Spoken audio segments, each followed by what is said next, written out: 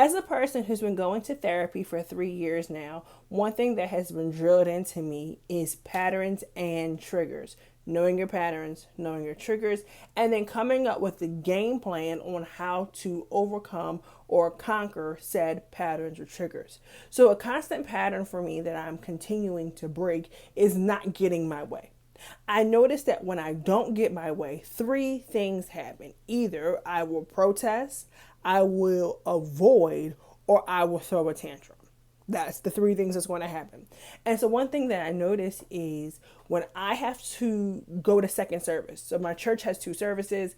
And so, when I have to go to second service, most times, or there was a time where I just wouldn't come to church. I just wouldn't go. And I would stream every church that's not my church.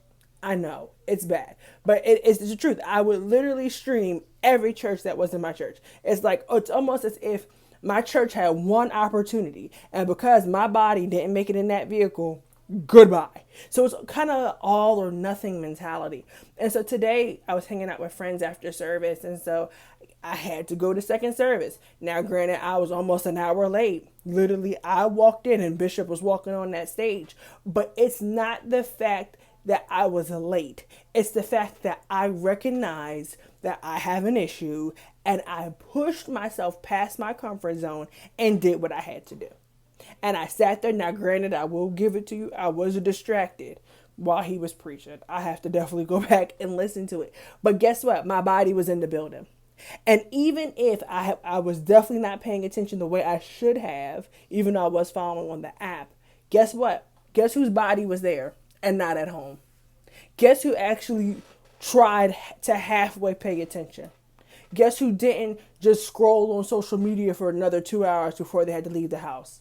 So that's a win for me. Now, the next time that happens, we're going to make sure that I pay more attention, but I'm proud of myself for trying to break the habit. And if you are realizing, you know what, every time I get angry, I throw stuff. Every time I get angry, I'm about to jump off the bridge. Every time I don't get my way, I throw a tantrum.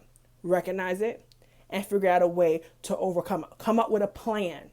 Have accountability. So as soon as I got to church, I text my friends. Guess who made it? Mad late, but she's here, right? So I encourage you today, figure out what your problem is and find a solution. We do not have problems. We only have solutions. Find your solution. All right, y'all. I'll see you on the next go round.